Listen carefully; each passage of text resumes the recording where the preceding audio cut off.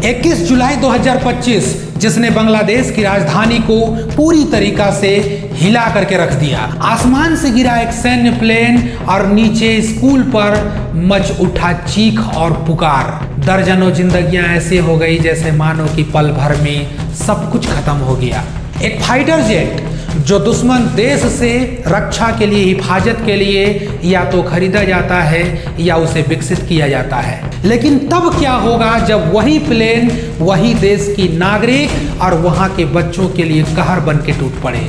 क्या यह एक हादसा था या सिस्टम के द्वारा की गई बड़ी सी चूक, जिसका सवाल हर जगह पर उठाया जा रहा है। आइए जानते हैं बांग्लादेश एयरफोर्स जेट की पूरी कहानी, सबूतों, चश्मदीदों और सरकार की भूमिकाओं के साथ। लेकिन उससे पहले आपसे एक छोटा सा रिक्वेस्ट है कि आप यदि हमारे चैनल में पहली बार आए हैं, सजीवुल अमन के इस चैनल को पहली बार देख रहे हैं, तो न जाने ऐसे कितने ही ऐसे वीडियो है जो हम लेकर के आते हैं और आप लोगों के सामने हम रखते हैं, पूरी दुनियादारी की बातें बताते हैं। तो आप लोगों से बस एक छोटा सा रिक्वेस्ट यही है कि सामने नीचे सब्सक्राइब का बटन दिख रहा होगा, सब्सक्राइब की बटन को दबा करके सामने में बेल आइकन का बगल दिख रहा होगा, उसको भी दबा करके ऑल पे क्लिक कर लीजिएगा। वीडियो अगर अच्छा लगे तो वीडियो को लाइक करके दूसरों तक शेयर जरूर कर दीजिएगा। अब आइए हम लोग लौटते हैं वापस अपने मेन टॉपिक पर। इस घटना का लोकेशन अगर आप देखिएगा तो उत्तर ढाका, समय दोपहर का टाइम था, 1:06 का टाइम हो चुका था। ढाका का उत्तर का इलाका जैसे आम दिन चलते हैं वैसे ही आम दिनों की तरह बिल्कुल शांत चल रहा था।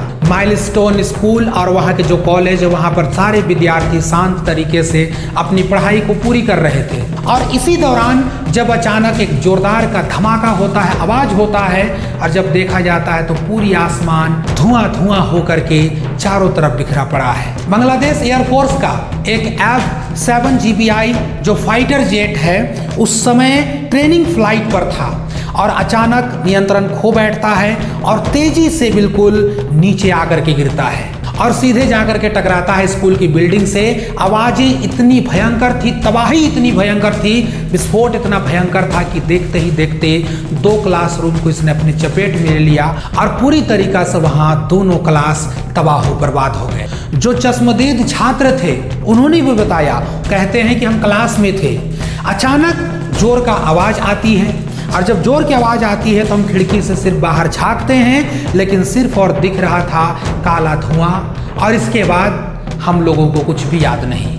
वहाँ के जो टीचर्स थे वो भी बताते हैं कि हम भागे, छात्र चीख रहे थे, स्कूल के गेट पर अफरा तफरी मची हुई थी, किसी को कुछ समझ में नहीं आ रहा था कि यहाँ पर क्या हुआ है और किसको क्या मदद पहुँचाई जाए और किसके लिए क्या किया जाए। राहत और बचाव का कार्य तो कुछ ही मिनटों में ही पहुँच गई, लेकिन फिर भी करीब 19 लोग इस मौके पर मारे जा चुके हैं और बाद में यह आंकड़ा बढ़कर के 27 हो गया है। शायद मेरी ये वीडियो अपलोड होगी उसके बाद शायद मौत का आंकड़ा और भी बढ़ सकता है। घायलों की संख्या 170 से अधिक हो गई है, जिसमें बच्चे और महिलाएं भी शामिल हैं। अब आइए बढ़ते हैं ये जो क्रैश हुआ उस विमान की ओर और उसमें आखिर तकनीकी चूक क्या हुआ इसके बारे में पूरा डिटेल में समझते हैं। बांग्लादेश की ढाका में जो विमान क्रैश हुआ उस विमान का नाम था चेंगडू FT-7 BGI।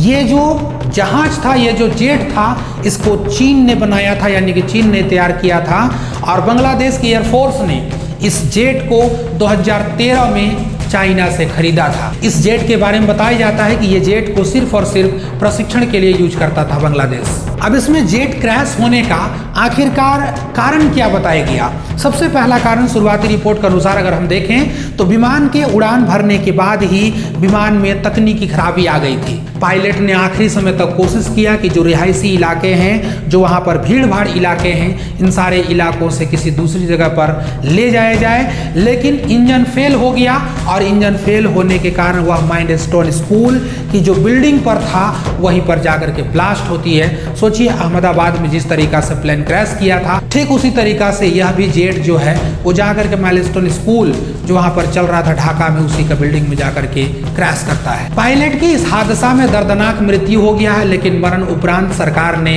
पायलट को वीरता की पदक देने का घोषणा किया है। घटना के बाद जैसे हर जगह पर होता है, वैसे ही बांग्लादेश के सरकार ने तुरंत कदम उठाया और पूरा देश एक दिन के लिए शौक में डूबा और जांच के लिए एक उच्च कमेटी को बनाई गई है। एक उच्च कमेटी निर्धारित की गई है जो इस हादसे की पूरी जांच करेगी और सभी जो FT7 BGI जो जेट्स थे उन सबको अभी ग्राउंड कर दिया गया है। सरकार के तरफ से जितने भी प्रभावित परिवार हैं उन सबको मुआवजा देने का भी घोषणा किया है, जैसे कि हर जगह होता है, हर एक देश के सरकारें करती हैं। लेकिन सवाल यहाँ पर फिर आकर के वही अटक जाता है, क्या आप मुआवजा दे तो देंगे, लेकिन क्या खोए हुए परिवारों को, उन मासूम बच्चों को क्या फिर से आप दोबारा वापस लौटा सकते हैं? इसका जवाब है नहीं।